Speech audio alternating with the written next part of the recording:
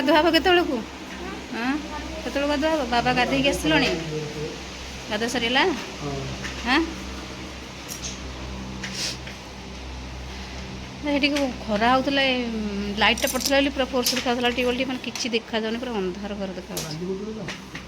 ବାଲି କେଉଁଠି ଅଛି ବାଲିଟି?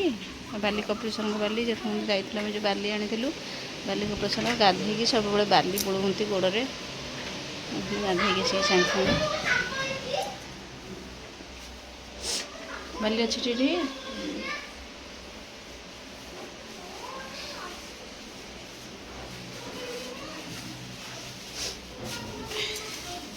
ବାଲି ଆଣିଥିଲେ ବାଲି ଆଣିକି ବୋଳୁଛନ୍ତି ଗୋଡ଼ରେ ଗାଧେଇକି ସବୁବେଳେ ଠାକୁରଙ୍କ ନାଁରେ।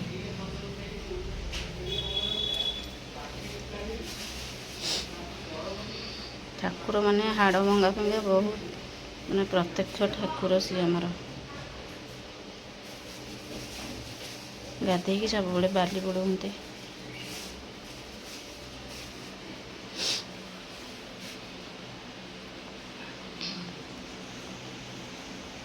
ସରିଲା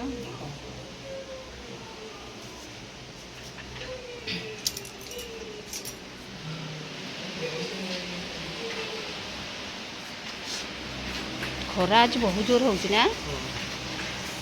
ଖରା କେତେ ଜୋରେ ହେଉଛି ବହୁତ ଜୋରେ ଖରା।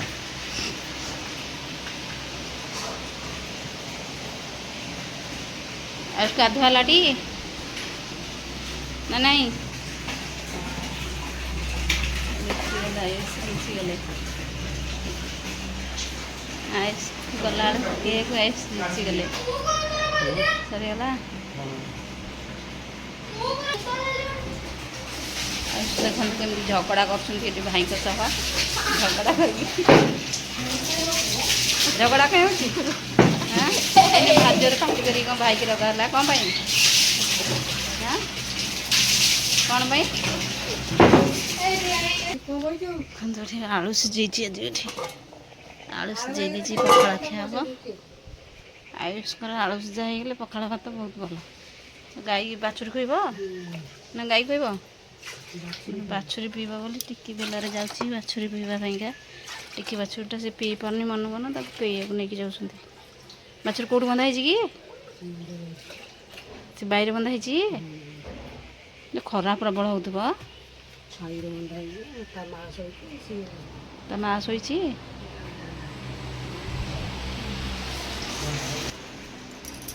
ଦେଖନ୍ତୁ ବାଛୁରୀ ଟିକେ ଦୂର ବାଟରେ ବନ୍ଧା ହେଇଛି। ଏଠି ଖଡ଼ିକା ଉଁଛା ହେଉଥିଲା ଦେଖନ୍ତୁ କେମିତି ପଡ଼ିଛି ଖଡ଼ିକା। ଖଡ଼ିକା ଦାଟା ବାଟରେ ପକେଇଛ ଗୋଡ଼ରେ ବାଜିବନି କାହାର। ବୋଉ ଗଲେ ନେଇକି ଖାଇବାକୁ ବାଛୁରୀକି ଖାଇବାକୁ ଦେବାକୁ।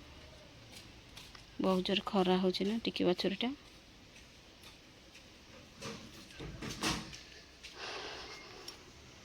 ଆସନ୍ତୁ ଦେଖିବା ଚୁଟି କେମିତି ଆୟୁଷ କାଟିକି ଆସିଛନ୍ତି ଦେଖନ୍ତୁ ସମସ୍ତେ। ଦେଖନ୍ତୁ ଆୟୁଷ କେମିତି ଚୁଟି କାଟିକି ଆସିଛନ୍ତି ମାନେ ଚୁଟି ଯେମିତି ଅଛି ଉପରେ ସେମିତି ଅଛି। ଦେଖନ୍ତୁ ଚାରିପଟ କେମିତି କାଟିଛନ୍ତି ମାନେ ଚୁଟି ନ କାଟିଲା ଭଳିଆ କେମିତି କାଟିକି ଆସିଛନ୍ତି। କହିବାରୁ ମାନେ ରାଗରେ ଏଠି ବସିକିରି ମୁଁ କେଟେ ବଡ଼ କରିକି ବସିଛନ୍ତି। ମୋତେ କହୁଛନ୍ତି କାଟିଦିଅ ପୁରା ମାନେ ମୁଣ୍ଡରୁ ଟୋଟାଲି ଚୁଟି କଟା ହେଇନି ସେମିତି ଅଛି ସେମିତି ଅଛି। କହିବାରୁ ଏଡ଼େ ବଡ଼ ମୁହଁ କରିକି ରାଗରେ ନା ମୋର ସବୁତକ ଏମିତି ଚୁଟି କାଟିଦିଅ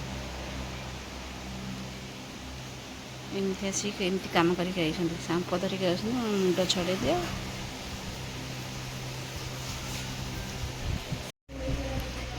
ଦେଖନ୍ତୁ ମାମି ଏଠି ଏବେ ଲିପୁଛି।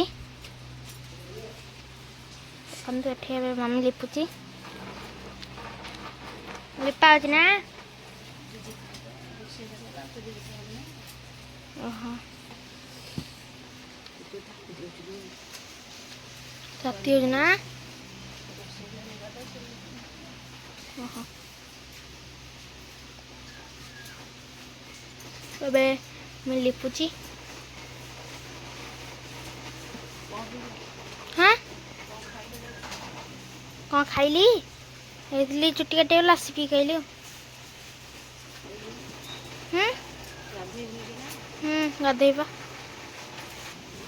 ମମି ଏବେ ଆଉ ଲିପୁଛି ଏବେ ସରିଲା।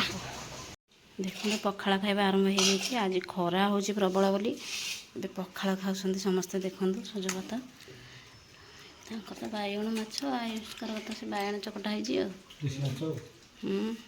ଆଜି ଦେଶୀ ମାଛ ବିକା ଆସିଥିଲା ତ ଦେଶୀ ମାଛ ଆଜି ବହୁତ ଖାଇବେନି ଆଇଁଷ ସିଏ ଖାଉଛନ୍ତି ପଖାଳ ବାଇଗଣ ଶାଗ ତ ଆଇଁଷ ଖାଇବେନି ଆଉ ରବିବାର ଆଜି ବୋଉ ଆଇଁଷ ଖାଇବେନି ପଖାଳ ଖାଉଛି।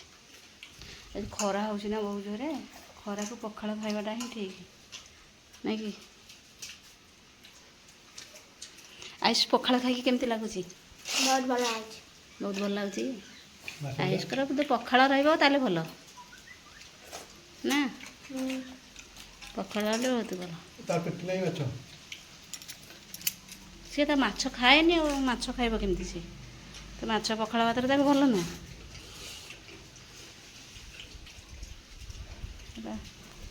ଖାଇଦିଅ ଜଲ୍ଦି ଜଲ୍ଦି ଖାଇଦିଅ ଖରା ହେଉଛି। ବାରିଆଡ଼େ କ'ଣ ଗୋଟେ ପଇଲା ବରଡ଼ାଟେ ପଇଲା କ'ଣ ହେଲା ଆମର।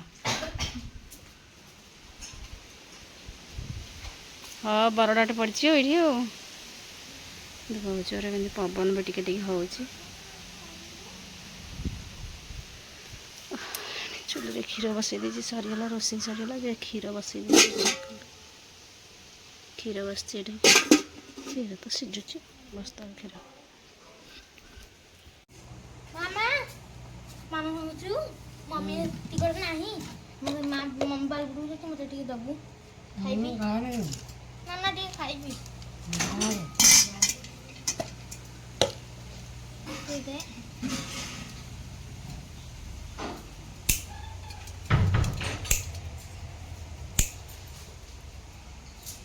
ତେଣୁ ମୁଁ ଏବେ ପାନ ଖାଇବି।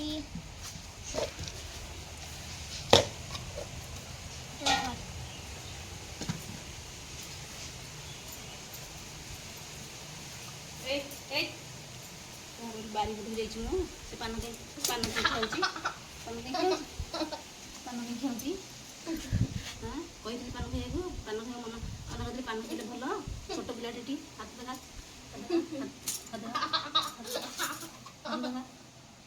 ପାନ ଖାଇ ଖାଉଛି କାଢ଼େ କାଢ଼େ କାଢ଼େ ଆଉ ଖାଇବୁ ନା ଠିଆ ଠିଆ ଆଉ ପାନ ଖାଇବୁ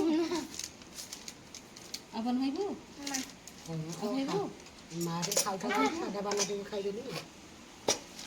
ସାଧା ପାନ ପାଟି କ'ଣ ଦାନ୍ତ ପୋକ କାଟି ଜାଣିଛୁ ଟି ଭାରି ପାନ ଖିଆଉଛି ହାତ ଦେଖ ଆଉ ଖାଇବିନି।